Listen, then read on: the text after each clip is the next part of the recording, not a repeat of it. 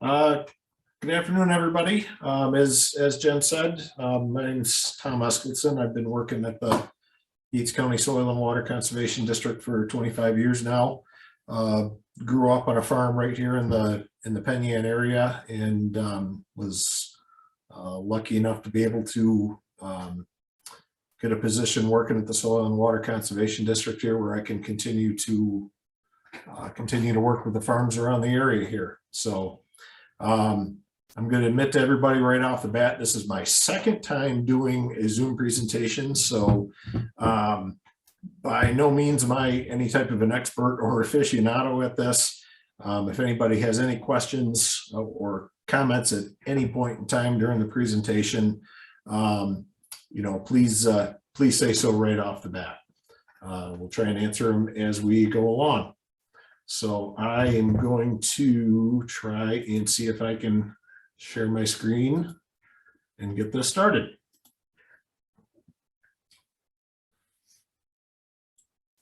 Okay, so I believe that is showing up on everybody's screen. All right, so we're going to start out with a few boring things first. A little bit of verbiage. So an agrochemical handling facility, basically it's defined as a facility with any type of an impervious surface to provide an environmentally safe area for the handling of on-farm agrochemicals. That includes agrochemicals includes fungicides, herbicides, insecticides, anything that's utilized to control pests out in the vineyard. Our purpose is to reduce pollution to surface and groundwater. That's an important thing to make sure we point out, is that we're working on controlling agricultural runoff to both surface and groundwater, including potential drinking water sources. We're looking to reduce impacts to air quality, and we're looking to prevent the concentration of agrochemicals in the soil. This can include any area where pesticides are stored, mixed, or loaded on the farm. The management of mixing and loading processes to protect health and contain or avoid spills is particularly important, since pesticides are concentrated before they're mixed in the spray tank. So something obviously everybody knows that works with chemicals. At the mixing area, they're in their concentrated form. Small spills and leaks there can turn into a pretty big deal. So managing those concentrated products is fairly important. A few simple precautions can greatly reduce the risks to worker safety and reduce the potential for spills and groundwater contamination. Use of worker protection standards to provide the worker with protective equipment, signage, and decontamination sites is mandated by the Environmental Protection Agency. So most of us have seen these before, the worker protection standards. This is, the WPS poster that gets, that's fairly common around the area. So obviously looking at avoiding getting pesticides on your body, staying out of treated areas, washing hands, face, things like that, after dealing with chemicals, and then taking action if chemicals are spilled anywhere on the body. These are all pretty critical concepts that we utilize when we're looking at anybody's agrochemical handling facility. All of this stuff needs to be taken into account and factored. Okay, so we get asked this question a lot. For agrochemical handling facilities, what is actually required by law? As far as the U.S. Environmental Protection Agency and New York State DEC, it's pretty similar. They do not require any type of containment pad or secondary containment unit for individual agricultural operations. For the EPA, commercial pesticide applicators are required to have these containment structures under certain circumstances. New York State DEC does require containment pads, containment units, things like that for registered pesticide businesses, commercial permit holders, pesticide wholesalers, and distributors. So for individual farms, there is no requirement for any type of a mixing and loading pad or a storage area. Individual pesticide containers, however, may have requirements for their storage and handling. Again, we've all heard this before. You got to read your label to make sure that if that specific chemical that you're storing has any specific requirements for how you need to keep that container. Okay, New York State DEC does require either an air gap or an anti-backflow device at mixing stations. The air gap is required to be 2 times the depth or the diameter of the size of the hose that you have supplying water. So if you're using a 2-inch hose to supply water to the tank, you have to have a 4-inch air gap on top of that mixing tank. That needs to be a situated type of air gap. You can't say, well, I hold it 4 inches. That's not going to be good enough for them. The other option that you can have is an anti-backflow device. Between the water supply and the mixing tank, you have to have a backflow device. DEC has fairly specific requirements for those backflow devices. They're not all, you can't just make your own backflow device, basically. You have to have a specific type of backflow prevention device. So if we're looking at constructing an agrochemical handling facility or at anybody's specific facility, one of these 2 options must be in place. Proper management of agrochemical handling facilities has been part of New York State's Agricultural Environmental Management Program and the Vine Balance Program from the onset. Now, New York State's Ag Environmental Management Program began in 1997 in New York State. It was piloted right here in Yates County in the Cuca Lake watershed. AEM is a voluntary incentive-based program available to all farmers through their local soil and water conservation district. It's only the Soil and Water Conservation District that offers the AEM program, and it does come free of cost. There is no charge. It's part of the services that we provide to the farmers in the area. That program will document existing environmental stewardship on farms. It will identify areas on farms where farms can further advance their positive contributions to the communities, food and biosystems, the economy, and the environment. AEM uses a 5-tiered approach.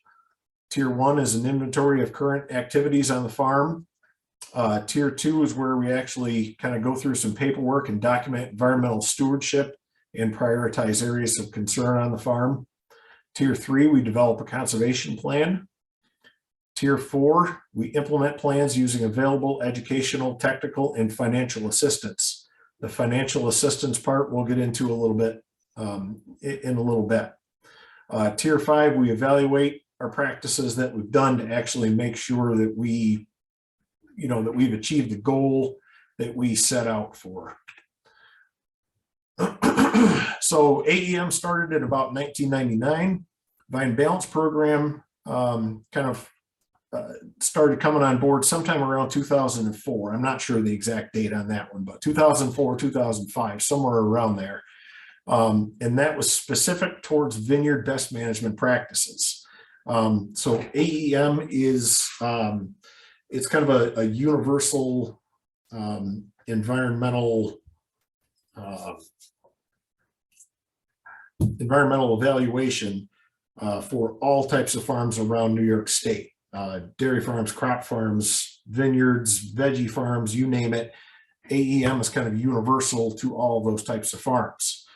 Vine Balance kind of came around and really made that more specific towards vineyards. So a much more in-depth analysis of vineyards is being done now utilizing the Vine Balance program. In 2022, Vine Balance got a fairly significant upgrade to it between 2004 and 2022. Obviously, sustainable practices on vineyards have changed quite a bit over the years.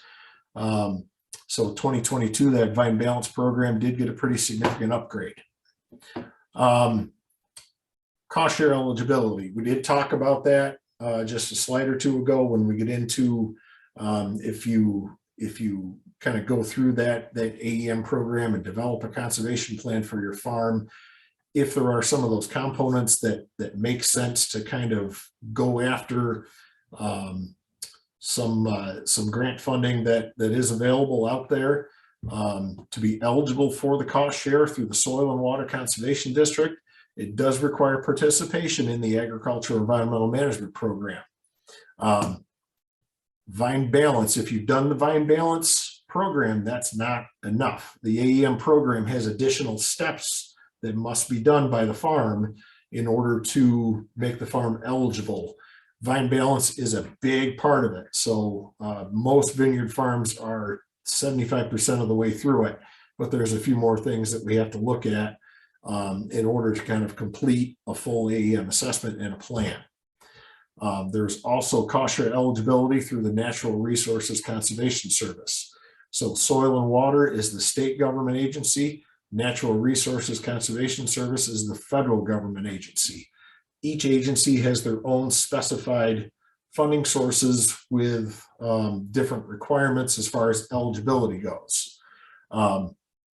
NRCS does, if you have an AEM plan with the Soil and Water Conservation District, NRCS will require additional planning on their end in order to be eligible for their programs. We're the government and we just can't be that efficient to be able to have one thing make sense for everybody. It's I think it's just part of what we have to do. We just got to make sure we're not that efficient. So that's what I don't like about Zoom. Try and make a joke. I don't know if anybody's laughing. Okay, so the Natural Resources Conservation Service is a federal agency. There are offices in every single state across the United States. New York State has their branch of NRCS. NRCS prepares all of our engineering standards for project implementation. So if you're using state or federal funds, both Soil and Water and NRCS have to use those engineering standards that are prepared by NRCS. So any project constructed using any type of grant funds has to use NRCS standards. NRCS National in Washington, D.C. makes the initial standard. So they have a committee that makes the standard. That standard then gets handed down to the state. So then New York State has to make their version of that standard. The state's version cannot be more lenient than the federal standard. So the federal standard is the start. The state standard can add additional requirements that they need. So when we're talking about something with a roof on top of it, New York State is going to be significantly different than Texas. Snow load, things like that come into effect, obviously. Those standards are reviewed and updated every single 5 years. So this is the USDA NRCS standard for Agrichemical Handling Facility. New York NRCS standard 309, that was last updated October of 2022. So that's had a fairly recent update to it. This is the current version of what we're utilizing anytime we construct an agrichemical handling facility on a farm. If a farm gets funding for one of these facilities, if it's funded through NRCS, NRCS has engineers on staff that will design blueprints for that structure. If it's funded through the Soil and Water Conservation District, we have to utilize the private engineering sector. But both entities have to follow the exact same standard. So you can see down here in the lower right-hand corner, it says NRCS New York. That lets you know it's the New York standard, updated October 2022. So I want to pick through this engineering standard a little bit because like I said, anytime we build any of these facilities, this standard is the basis. This is what we utilize when we're looking at actually constructing a facility. So in each of the engineering standards, there's standard criteria. It mentions the pesticide storage area. You size that based upon the maximum amount that is kept at one time over the last 5 years. So do you buy in bulk or do you buy as you need it? You know, so you kind of utilize that to figure out how big to make the pesticide storage area on there. Anytime you're looking at, if you're looking at making a building, you always got to factor in high on these things. It would stink if you build a facility saying, oh, I only think I need, you know, this little bit of an area. We've always been buying it as needed, but, you know, next year, all of a sudden the chemical dealer comes out with just this smoking deal to buy early season, save 25%, and you've got this gigantic quantity that you have nowhere to go with it. So you've always got to overestimate on that a little bit. We have to ensure chemical compatibility of all the materials in the pads, the hoses, pipes, and valves to make sure there isn't going to be anything in there that's going to cross-contaminate.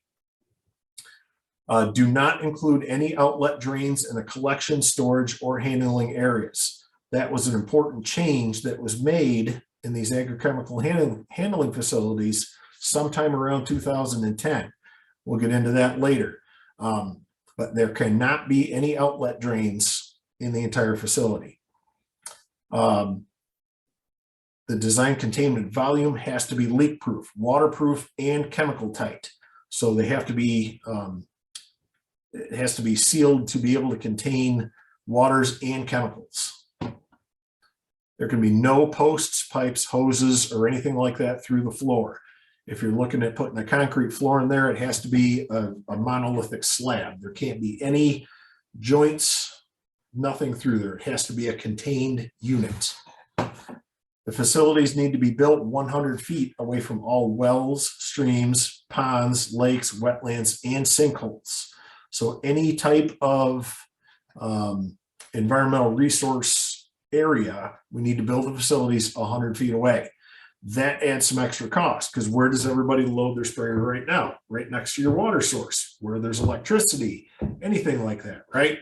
So you're right on the edge of the stream where you pump water out. You're right on the edge of the pond where you pump the water out. Well, now we have to build the facility 100 feet away. So that adds cost because now you have to bury water line. You might have to run electric, things like that. None of that stuff is cheap. So it makes farms rethink how you want to load your chemicals. Where do you want to load your chemicals? We've always loaded it at the pond right here because that's where the water is. Okay, is that the most efficient place for the entire farm to actually be loading chemicals? Is, you know, the pond is out in the back 40, but maybe the central part of the farm is really the best spot. We should be doing that. Well, if we're looking at actually getting some grant funds to construct a facility, let's make you more efficient at the same time and maybe put the facility at the center of the farm. If there's no water source there, we can actually pay to develop a water source, drill a well, build a pond, things like that. Again, it has to be 100 feet away. We cannot locate a new agrochemical handling facility on sites that have been used for stationary pesticide storage or mixing and loading that may have been contaminated in the past. So that basically means if you've been mixing in one spot, we can't build the facility right there. We've got to go somewhere else, because how can you say you've been loading a sprayer there for 30 years and there hasn't been any type of contamination there? It's pretty much impossible. You have to locate the bottom of the facility a minimum of 2 feet above a seasonal high water table. Most spots, that's not a problem. If you get to floodplain areas, things like that, you can run into some issues there. Agrichemical handling pad requirements. You have to size the pad to accommodate the largest piece of spraying equipment on the farm. If there's multiple sprayers, you got to make sure the pad's big enough for the biggest one there, plain and simple. The largest sprayer you have now versus 5 years from now. So I've only got a 300-gallon sprayer right now, but you know, these 500-gallon 3-row sprayers are pretty enticing. So if you build a pad to accommodate your 300-gallon sprayer, and 3 years from now, you've got the 500-gallon 3-row sprayer. Again, you're kind of putting yourself into a corner. So you got to build a pad for where you think you may be, and you even got to look at the next generation. You know, where's the next generation going to be? Because again, if you're building a facility, it's a pretty permanent thing here. Harvester sprayers, boy, that's made some changes into the sizes of some of our mixing pads, because even those 3-row sprayers, they can fold up and still get pretty tiny. The harvester sprayers, that's a pretty big deal. So you got to think about trying to fit a harvester inside some of our facilities now. You have to design access for more than one direction. Do you want to be able to drive through your facility, or do you want to have to try and back in at 3 a.m. when the wind is calm and you're trying to get spray done? Much easier to drive through, obviously. Provide adequate workspace around all sides of the sprayer. I think we try and put somewhere around 4 feet of space all the way around the outside of the sprayer inside the facility to make sure there's lots of room for everybody to be able to walk around. Slope the floor to allow for drainage to a watertight collection sump. Design apron access into the facility to minimize tire debris. So if you're building a concrete pad where we're going to be mixing and loading a sprayer on, do you want it full of mud all the time? No. So some type of an apron access, it doesn't say what, but some type of an apron to be able to try and get mud and things like that cleared off the tires before going onto the pad. The storage volume of the pad shall be either 250 gallons or 1.25 times the volume of the largest spray tank on the pad, whichever is greater. In vineyards, you're always greater than 250 gallons. So we're always at the 1.25 times the volume of the largest spray tank on the pad. And again, it's not the sprayer we have now, it's the sprayer we might have in 5 years.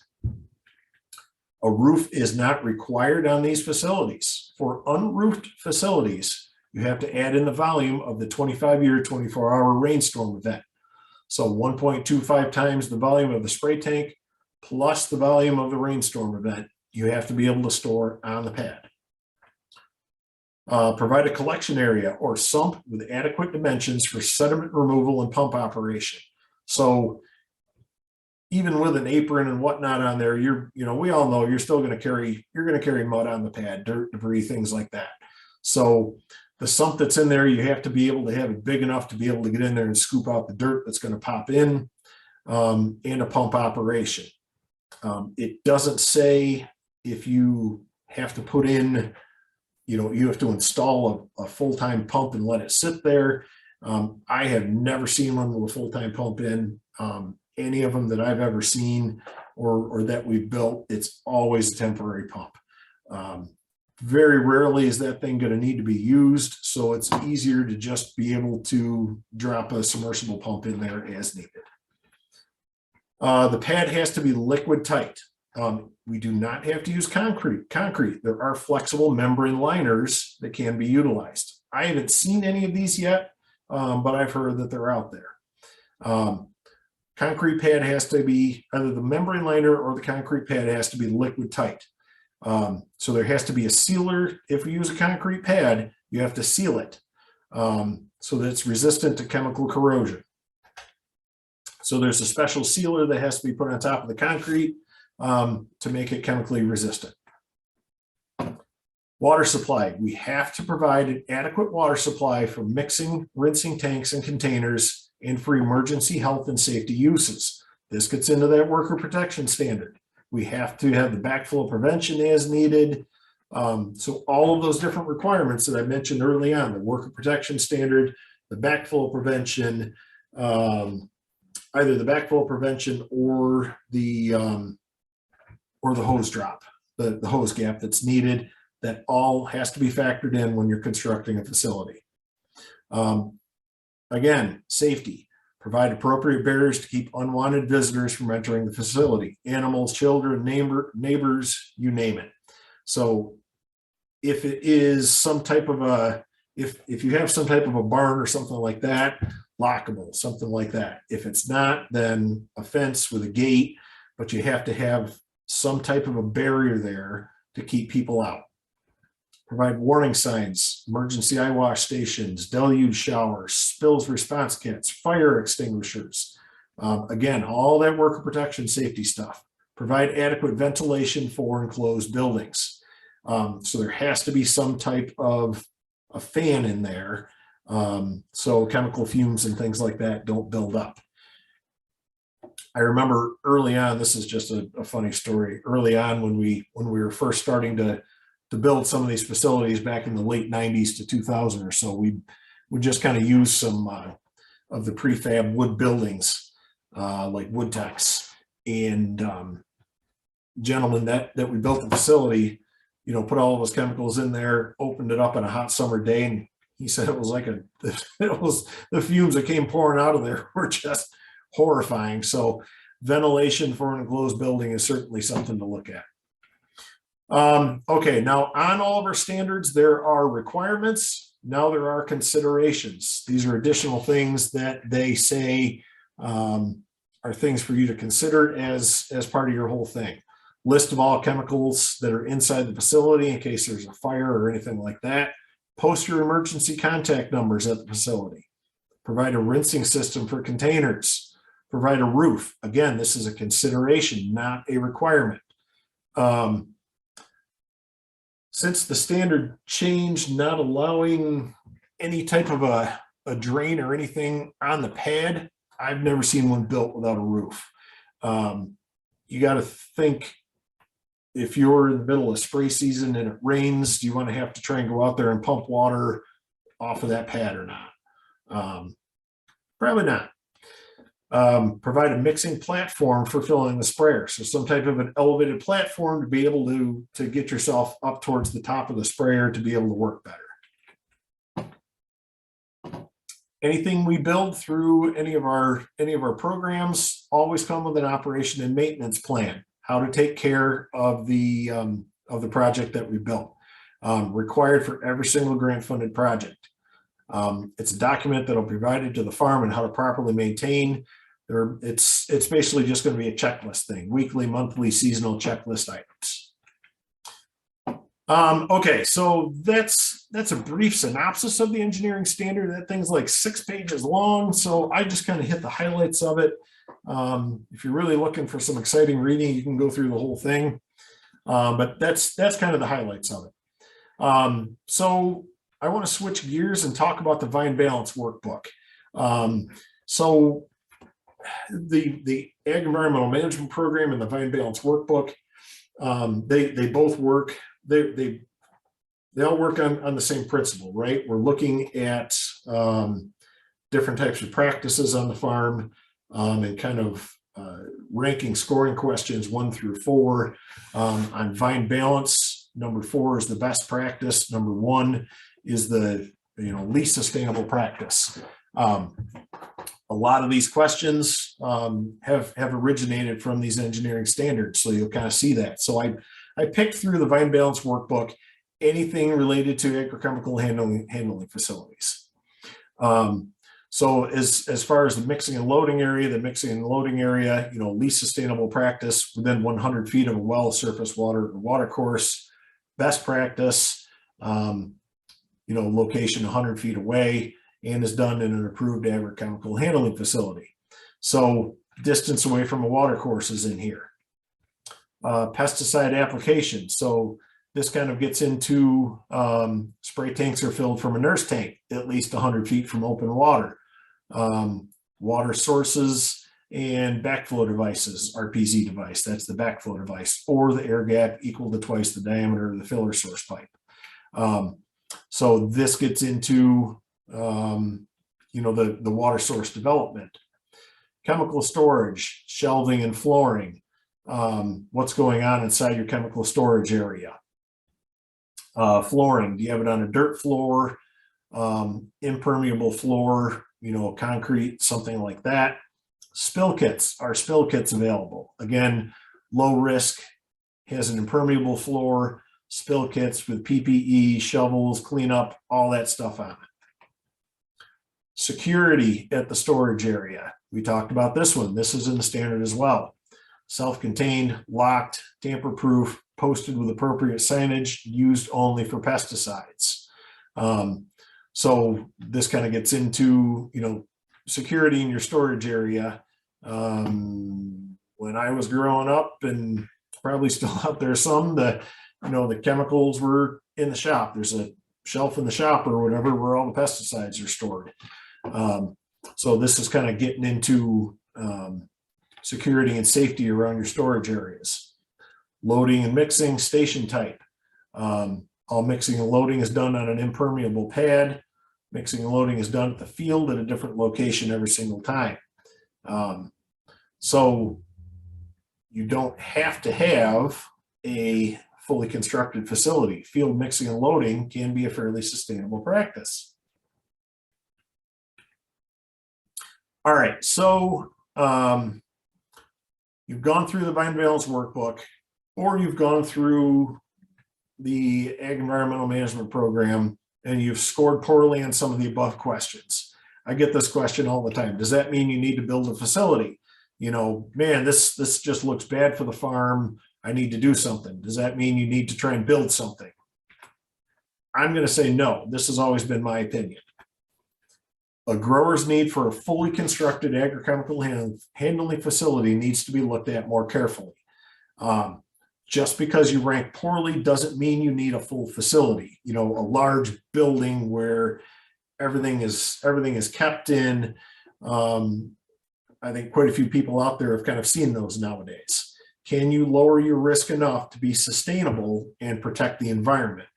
Maybe you can't get yourself all the way to that 4 category, to that best category, but you can still lower your risk and be using sustainable practices without having a full facility. Location, that's the big thing. If you're loading right next to the stream, right next to the pond, can you just move your location away from that water source and make it so if any spills or leaks happen during mixing and loading, it would flow downslope away from the stream? Can you just simply move the location versus next to the ditch, something like that? Water source, can you install a simple nurse tank? Some of those can be fairly cheap and inexpensive to do. Storage area. Instead of keeping the chemicals in the shop, how about a small separate building? There's all sorts of different options for prefab buildings that are out there. You can put impermeable floors inside of those. You can lay linoleum down. They're lockable. For your mixing area, can you switch to doing field mixing away from streams and ditches?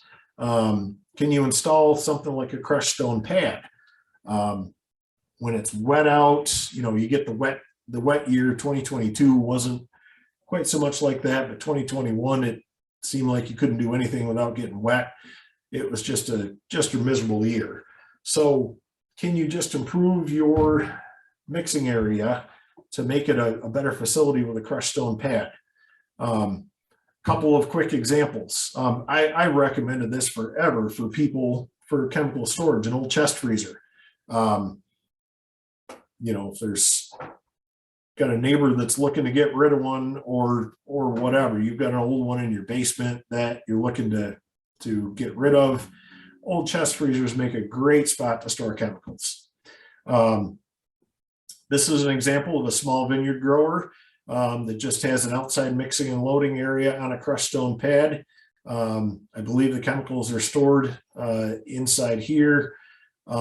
Here's a simple nurse tank. I think the roof gutter comes off the barn even and helps to fill the nurse tank a little bit, but just a simple nurse tank and a crushed stone pad. Downslope from the crushed stone pad is, 10 acres of vineyards. So anything that happens through here, this area is not located next to any well streams, ditches, ponds, anything like that. There's a few simple things like this that can be done. Smaller farms in particular, it can be difficult to justify the cost of a full facility.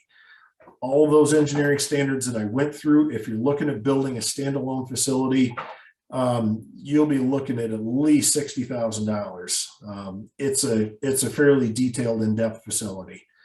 A lot of our cost share programs, the program will cover about 75% of the cost. That leaves about 25% of the cost for the farm. So 25% of $60,000, that's $15,000 that somebody's got to come up with. So you look at some of this stuff from, right around through here, boy, a couple $1,000s can go an awful long ways towards moving yourself in a more sustainable direction without a $60,000 facility. And I'm guessing we haven't built one in a couple of years. I'm going to be building a couple in 2023. I'll be able to give you a better number on that 60,000, but I'll bet 60,000 isn't even going to touch it for what it's going to try and cost to build a facility. Hey, Tom. Yes. We had a brief question just about the crushed stone pad and how it's considered impermeable for mixing, or if it is. It's not. It's certainly not impermeable. So if certainly if a crushed stone pad is down, you could put a concrete pad on top of that.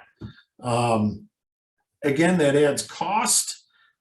And in my opinion, it's getting a crushed stone pad is an improvement from nothing, where you at least have a firm area in sight to mix and load on. It's certainly not the highest sustainable option that's out there. But for the small vineyard grower, in my opinion, you're moving yourself in a better direction. It's not always about making sure that you're all the way there, if that makes sense.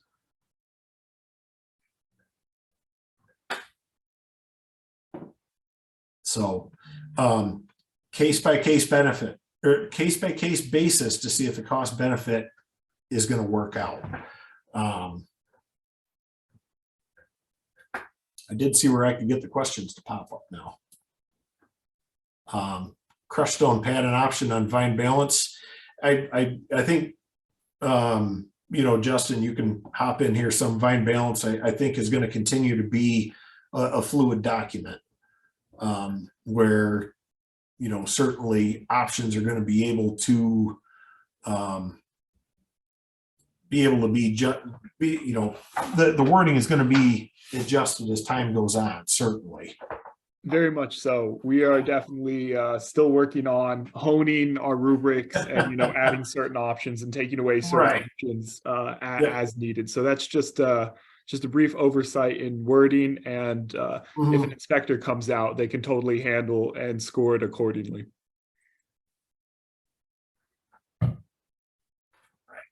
So crushed stone pad, not an impermeable surface, but it's an improvement. You're working yourself towards that.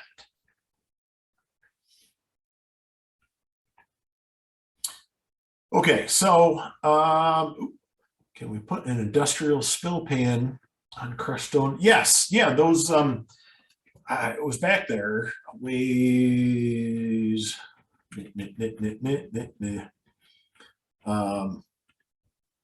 These flexible membrane liners, they exist. I don't know where they exist or where you can get them, but you could certainly put down a crushed stone pad and get a flexible membrane liner and drop them down. From what I understand, it's just kind of a rubber liner type of thing that you fold out. It's got little curbs on it that you drive onto.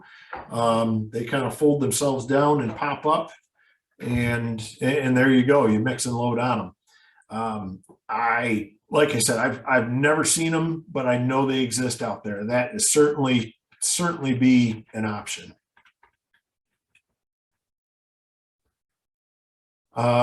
Okay, so different facilities that we've implemented over time. So here in Yates County, we started implementing agrichemical handling facilities in 1999. I believe that was the first year that we built one. We started out by constructing a 12 by 16 curved concrete pad. There was a center drain that headed out to a valve. The standard allowed for drains during that time. And there's a ton of these facilities out there. Boy, did we build a lot of them. That valve was closed while the pad was being used. So concrete pad, center drain that kind of with an outlet pipe that headed out, shut the valve off while the pad is being used. So that contains anything that the concrete pad and the pipe all acted as the reservoir. They held all the material. There was a pump out T that was located before the valve. When the pad was not in use and the pad was clean, the valve could be opened, and that pipe was just outletted somewhere to a free outlet away from a water course. So we couldn't just take that pipe and go dump it in the stream. So the storage buildings that we put up were prefab wooden buildings that we installed linoleum on in the center of them. This was just some of the calculations that we used to design the size of the pads. Again, back in 1999, man, almost everybody just had 300-gallon sprayers. There wasn't much more out there than that. So 12 by 16 pad, a 300-gallon sprayer, 125% of that came up with 375 gallons. That 300-gallon pad would hold 411 gallons. So just some of the calculations that we use. This is a picture of that first facility that we built. Here's the concrete pad. You can see the curbs on it. The entire sprayer and the back wheels of the tractor would sit so that everybody was level. Nobody wants to load a facility on, you don't want to load your sprayer where it isn't level. So here's our crushed stone entrance coming onto the pad right here. Prefab chemical storage building in the background. Inside the chemical storage building, linoleum floor. We wrapped the linoleum up around the sides a foot, so it did kind of contain anything inside here. Here's the outlet that comes out onto the driveway down below. Another picture of one of our earlier facilities. You can see the prefab building in the background, concrete pad. There's our drain right here off to the side. This is our pump out. The valve is right here, so close that valve. There's your pump out. Everything's contained on top of the pad. All right, sometime around 2010, that engineering standard changed to kind of what I presented earlier, that did not allow for any type of an outlet drain on top of the pad. That forced the installation of a barn over the pad. Again, nobody wants to go out and try and pump water off of these things every single time that it rains. A farmer needs one more thing to do on their list of things to do, like you need another hole in the head. So I have never built a facility since this standard without having some type of a roof over top of it to keep the rain out, plain and simple. So instead, as long as we're building a roof, now we're just using a single-use building with a storage area and a mixing pad. Everything is all contained in one facility now. There was no point in having a barn and then having a temporary storage, having like the Woodtex building type of thing off to the side for the chemicals.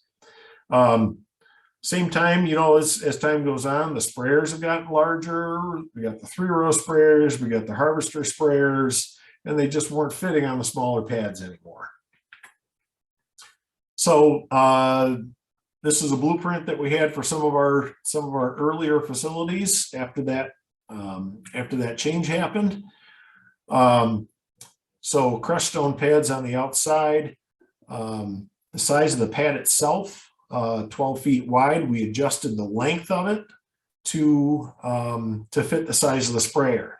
So that kind of allowed for us to have one cookie cutter type of building where all we had to do was adjust the length of the building to be able to fit the size of the sprayer we had. But so the whole building was about 20 feet wide, by either 16 to 24 feet long, with a center drain inside of it.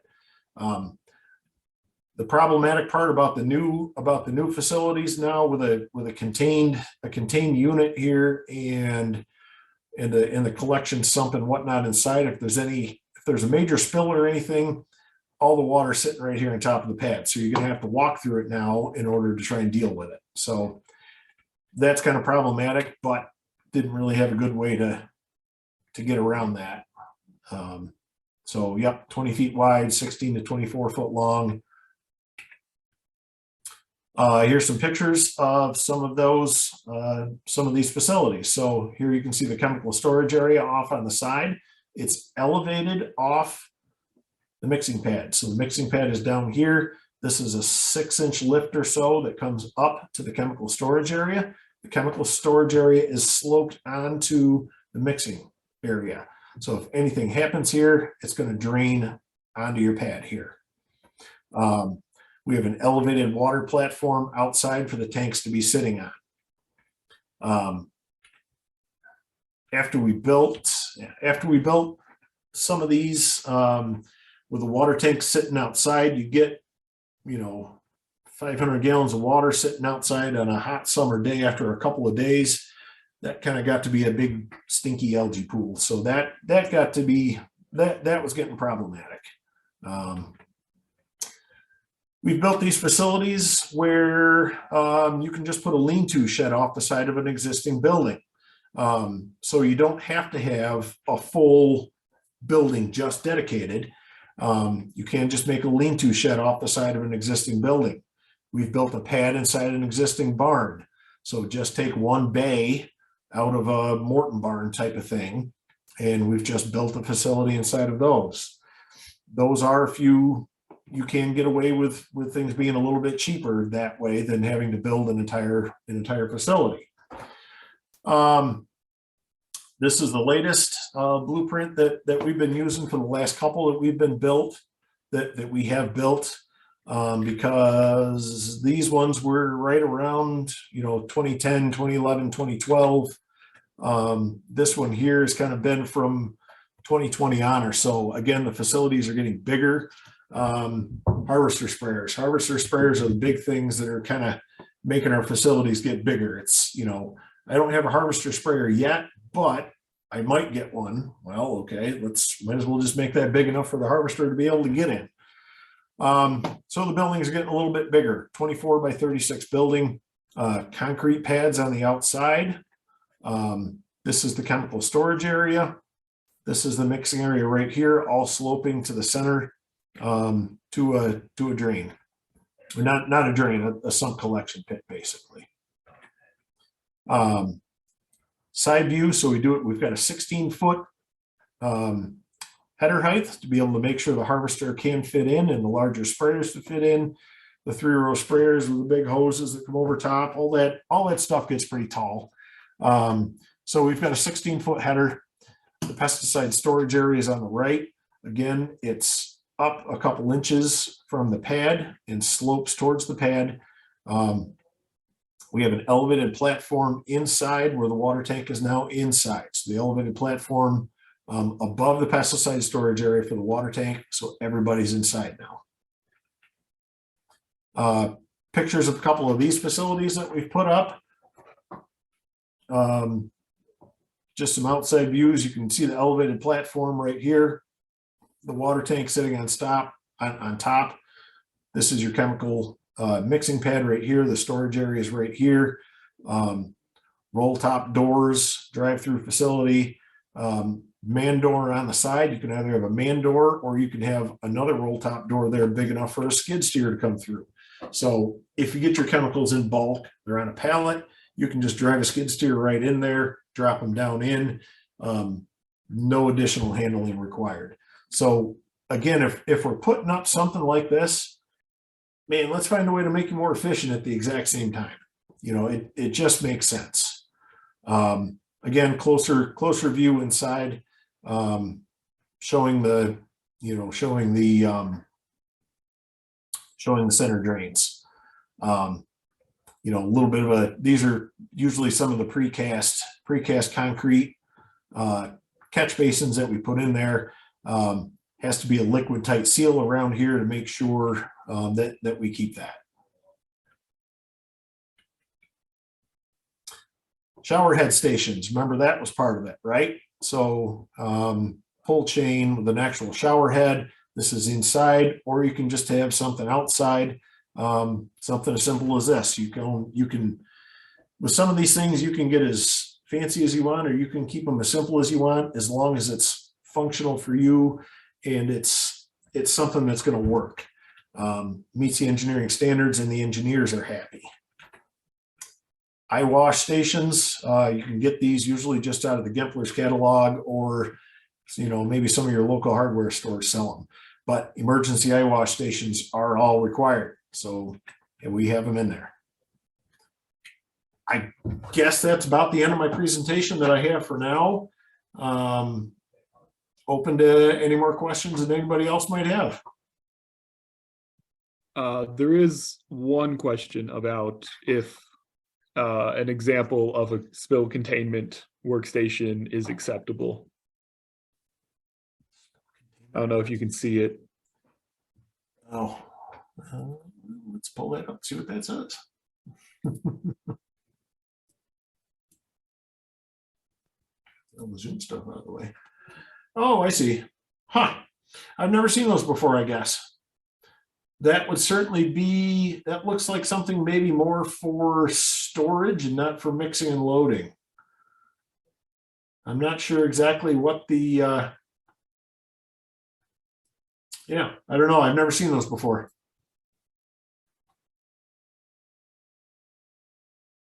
But, you know, again, something like that, it's certainly that could work for storage areas. That's, you know, it's a self-contained, you know, it's like a plastic pallet almost. That's got a contained unit underneath. So I would say that looks reasonable to me as far as chemical storage goes. Any other questions that folks have today?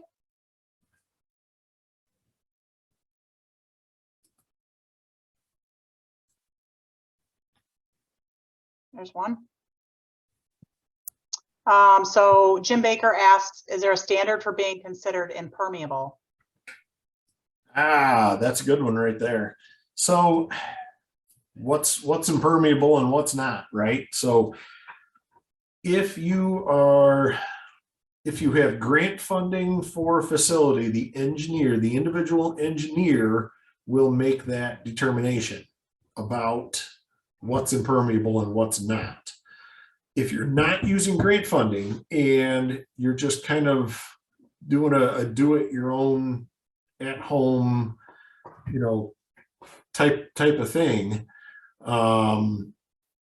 is as long as it's functional with no cracks, leaks, anything like that, I think that could easily be justified.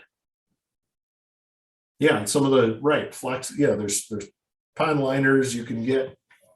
Yeah, there's all sorts of that type of stuff out there. I think that could be extremely functional.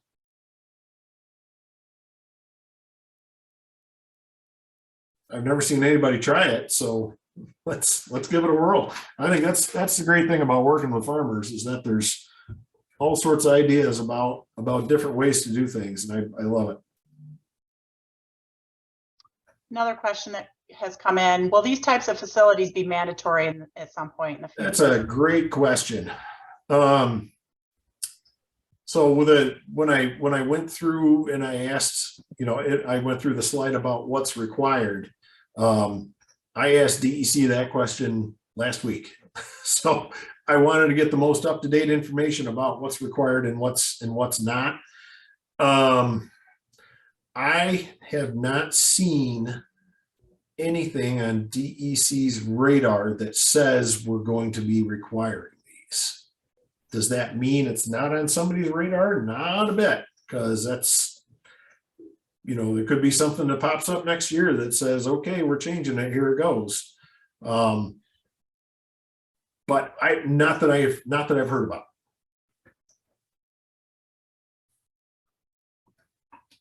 Well, thank you, Tom. If there's no other questions, then yeah, I appreciate your time. Absolutely. Great presentation. Yep. Learned Anybody a can lot. feel free to reach out to me at any point with any questions. Be happy to talk.